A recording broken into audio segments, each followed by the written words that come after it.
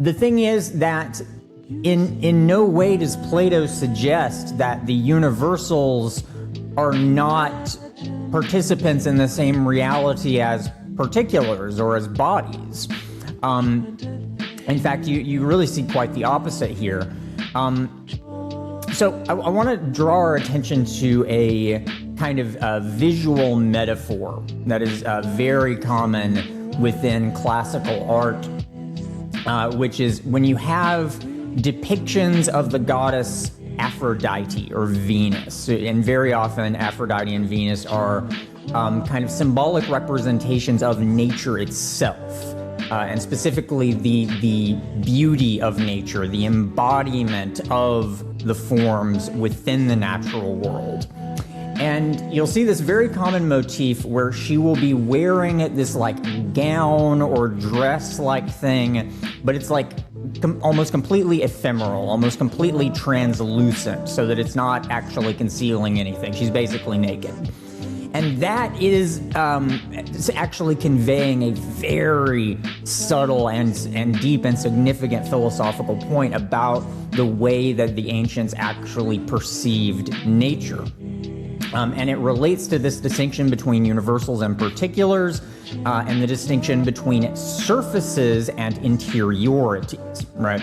So the garments of Venus are the surface, okay? And so a surface for the Greeks would have meant like the surface of a physical object, yes, just in the ordinary way we would think about it. But they also saw the surface as that which is readily apparent, that which is just given in experience, for example. So the idea is that when we look around at the world with our sensory organs, we're seeing the surface, but then that surface encloses a depth. There are depths to the world, okay?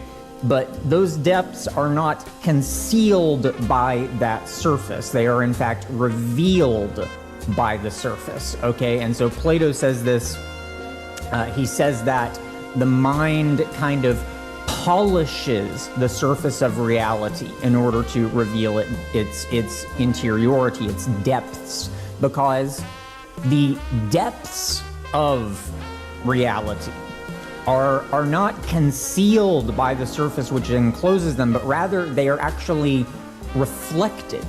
It's almost like the world is turned inside out, because, and think about what this means then, a universal, a form, a pattern is something that can be in many places at the same time. So think about like a musical form, like the chord E minor 7. I can play it on my piano, and that simply is that chord, that form. But that exact same form can exist, in a different town, being played in a completely different way by a different instrument, right? The Greeks saw the gods in the same way. The gods are the personifications.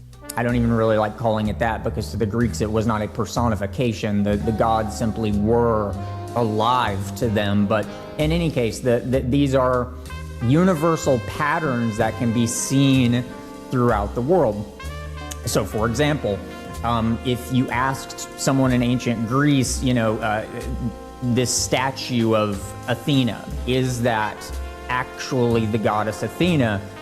He would say, yeah, it is. Like, what do you mean? Of course it is. But why? Because it is actually an instantiation of the form that is Athena. It embodies these principles of beauty and discernment and practical prudence. And so they would say, yeah, this statue literally is a manifestation of Athena, but it's not the only manifestation of Athena. Like, there are lots of other statues of her, and they are her too, in the exact same way that, my chord E minor on my piano is that form, but it's not stuck there. It's not localized in the way that a particular is.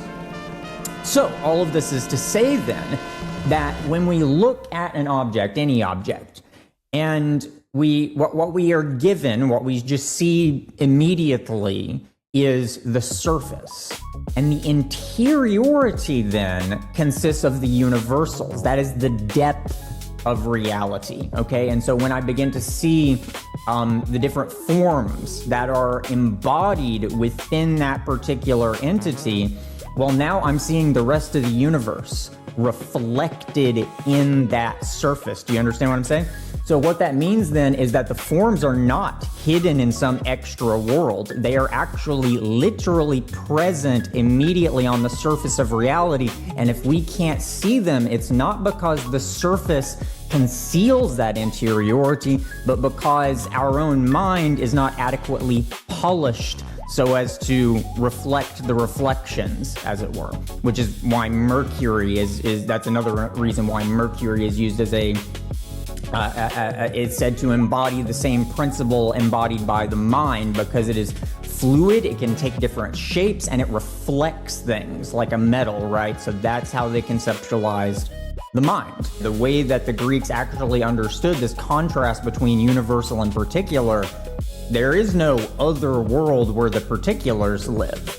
The universals were associated with the sky, with the heavenly realm, but that was not understood to be a different world. That was understood to be directly continuous with our world. There was this kind of gradient of more refinement up in the sky, and then as you move closer to the center, like the center of the earth, you move downward, there's this greater complexification that happens where the forms are kind of blending together. So think of it like you've got a bunch of like primary colors, so those are like pure forms in themselves, and up in the sky, they're separated in that way, like into the different planets, which were associated with particular deities. And in fact, they weren't even associated. They were considered to be manifestations of those deities in the same way that the statue is. And then as you kind of move in, as you spiral inward through gravitation, that is a process of embodiment, which is a process of concrescence, as Whitehead would say, where these colors are then blending together and you get these more earthy tones, right? Like browns, these autumnal colors, which are more combinatorial, right? And so when Plato says, you know, you leave the cave and you go up to the surface, that needn't necessarily be interpreted as a different world. That he could be meaning it as, and in fact I believe he was meaning it to be simply a more lucid perception of the world that we all already inhabit. And the details of the story, it's not that they're just stuck in the cave, they are prisoners in the cave. It is other people that are keeping them there and showing them the shadows and telling them that the shadows are all there is to the world. So it's not just an epistemological point that Plato is making, it is a sociological point that Plato is making here, because look at this whole story of Socrates and what happens. Socrates ends up getting put on trial for basically teaching the Athenians how to think, and the Athenian oligarchy saw that as a threat to their social order because it was. I mean, it's crazy for us to think about now, but you got to understand that when Socrates is going around Athens and telling, slaves, hey, I can show you how to discern truth yourself, by yourself. You do not have to just believe what is handed to you and told to you. You can actually do this on your own. Of course, the rich and powerful oligarchs saw that as a threat because they're the ones shackling the prisoners in the cave.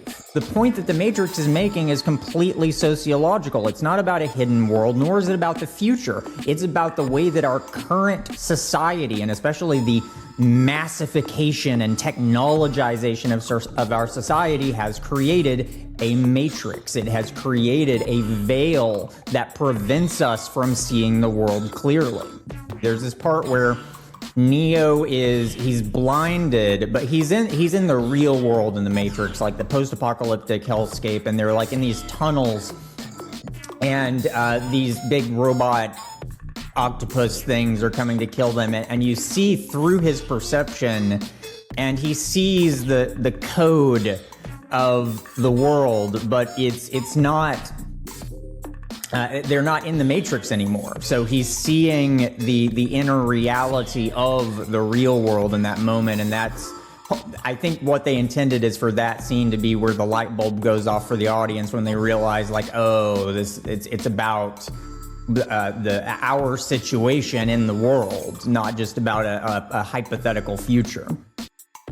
Oh, okay. That actually really changes the movies a little bit for me, realizing that now.